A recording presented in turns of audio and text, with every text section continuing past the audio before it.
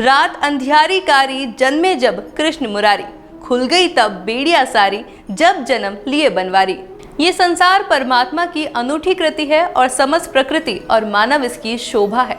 यदि इनमें किसी भी प्रकार का विकार पैदा होता है तो ये अनूठी रचना विनाश के कगार पर आ जाती है और इसी विकार को दूर करने के लिए कोई ऐसी शक्ति इस धरा पर उतर आती है जिसे हम भगवान का अवतार कहते हैं। द्वापर युग में एक ऐसी ही विभूति थी। भाद्रपद कृष्ण पक्ष की अष्टमी तिथि को मध्य रात्रि में अवतारित होती है जिसे कृष्ण कहा जाता है। तो आइए जानते हैं श्री कृष्ण के जन्म का घटनाक्रम। श्री कृष्ण जन्म का घटनाक्रम बड़ा ही विचित्र था।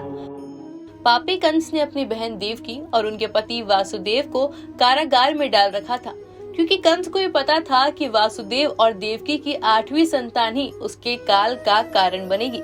इसी कारण से उसने देवकी के प्रसव से पहले ही मथुरा जेल में चारों ओर कड़ा पहरा लगा रखा था, ताकि वह उसकी 8वीं संतान को मारकर अमर हो जाए। श्री कृष्ण के जन्म लेने से पहले ही उन्हें मारने की सारी तैयारियां हो चुकी थी, लेकिन जन्म से पहले ही जिस कोठरी में देवकी वासुदेव कैद थे उसमें अचानक प्रकाश हुआ और उनके सामने शंख चक्र गदा पद्म धारण किए चतुर्भुज भगवान प्रकट हो गए। जब वासुदेव जी ने देखा कि मेरे पुत्र के रूप में स्वयं भगवान ही आए हैं, तो दोनों भगवान के चरणों में गिर पड़े। तब भगवान ने उनसे कहा, अब मैं पुनः नवजात शिशु का रूप धारण कर लेता हूँ। आप मुझे इसी समय मित्र नंद जी के गोकुल में दे आओ और उनके यहाँ जो कन्या जन्मी है उसे लाकर कंस के हवाले कर दो। तब उसी समय वासुदेव नवजात शिशु रूप श्री कृष्ण को टोकरी में रखकर कारागृह से निकल पड़े। कारागृह के फाटक अपने आप खुल गए और जागते हुए पहरेदार सो गए। वासुदेव उफनती हुई यमुना को पार कर नंद जी के घर पहुँचे। वहाँ उन्होंने नवजात शिशु को यशोदा के साथ सुला दिया और कन्या को लेकर मथुरा आ गए। जैसे ही कंस को सूचना मिली कि देवकी ने शिशु को जन्म दिया है, वे उसे मारने के लिए काल कोठरी में जा पहुंचा और देवकी के हाथों से नवजात कन्या को छीनकर धरती पर पटक कर मार देना चाहता था, परंतु वह कन्या आकाश में उड़ जाती है और योगमाया का रूप धारण कर कंस से कहती है कि अरे मूर्ख, मुझे मारने से क्या होगा? तुझे मारने वाला तो गोकुल में जा पहुंचा और वह जल्द ही तुझे तेरे पापों का दंड देगा। ऐसे कहकर वह कन्या विलीन हो जाती है। गोकुल में जिसने किया निवास, उसने गोपियों संग रचा इतिहास। देवकी यशोदा है जिनकी मैया, ऐसे है हमारे कृष्ण कन्हैया।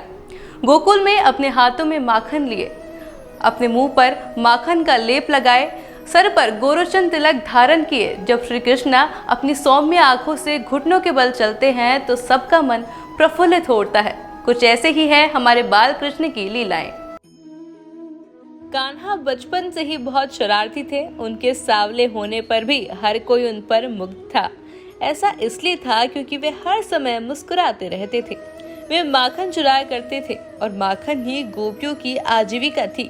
ऐसे में वे कृष्ण की माँ से शिकायत करती थी, पर कृष्ण मासूम बनकर उन्हें फिर से मना लेते थे। भोर में गैया चुराने को जाते और संध्या को लौटते समय कन्हैया की मुरली की धुन से सब मंत्रमुग्ध हो जाते थे। श्री कृष्ण ने कंस के कारावास में जन्म लिया और इनका जन्म होते ही कारावास के दरवाजे खुल गए और प्रहरी गहरी नींद में सो गए। कंस को जब श्री कृष्ण के जन्म की सूचना मिली तो पुतना नाम की राक्षसनी को कृष्ण को मारने के लिए भेजा। पुतना ने कृष्ण को चुरा लिया और अपने वक्ष पर जहर लगाकर अपना दूध पिलाने लगी। श्री कृष्ण ने पुतना के वक्षस्थल से उसके प्राण ही खींच लिए और विशालकाय राक्षसनी खुद मृत्यु को प्राप्त हो गई। कालिया नाग को कंस ने यमुना में भेज दिया। इसके जहर से यमुना का जल काला पड़ गया। इस जल को पीने से पशु पक्षी लोग मरने लगे। नंदगांव के लोग सोचने लगे कि अब गांव छोड़कर कहीं और बसना पड़ेगा। एक दिन खेल खेल में ही श्री कृष्ण यमुना नदी में कूद पड़े और पहुंच गए कालिया नाग के सामने। कालिया का वध कृष्ण करने ही वाले थे कि नाग कन्याएं प्राण की रक्षा की प्रार्थना करने लगी। श्री कृष्ण ने कालिया को नंदगांव से दूर जाने के लिए कहकर माफ कर दिया।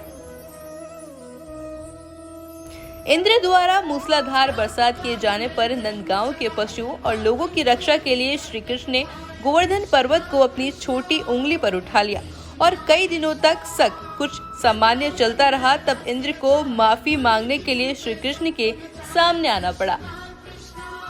पाप धरा पर जब पड़े लेत प्रभु अवतार, भवसागर से भक्त को हरि ही लेत उबार।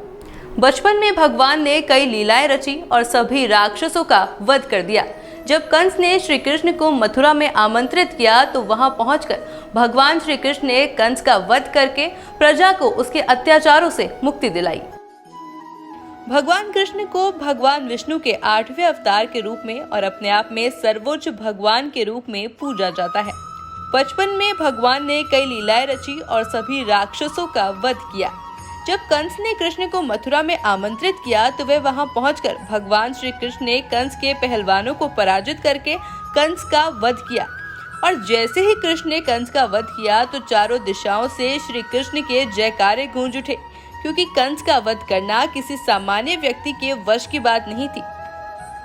भगवान श्री कृष्ण की हर लीला एक सीख है। बाल्यकाल में गाय चराते चरवाहे के तौर पर प्रकृति प्रेम का संदेश दिया, तो वहीं युवा काल में बाल सखा सुदामा से मित्र निभाकर नई मिसाल कायम की। कृष्ण ने प्रेम की भाषा का ज्ञान दिया तो धर्म की स्थापना के लिए महाभारत भी हुआ। उन्होंने असुरों का संहार किया तो भक्तों की हर इच्छा पूरी भी की। महाभारत के युद्ध में विराट रूप धारण करके अर्जुन को गीता में दिए गए भगवान कृष्ण के उपदेश का अनुपालन जीवन को सही राह दिखाते हैं, जिसमें संपूर्ण मानव जाति का उद्धार हो सके। और इसी के साथ आप सभी को एवन परिवार की तरफ से श्री कृष्ण जन्माष्टमी की हार्दिक बधाइयां एवं शुभकामनाएं।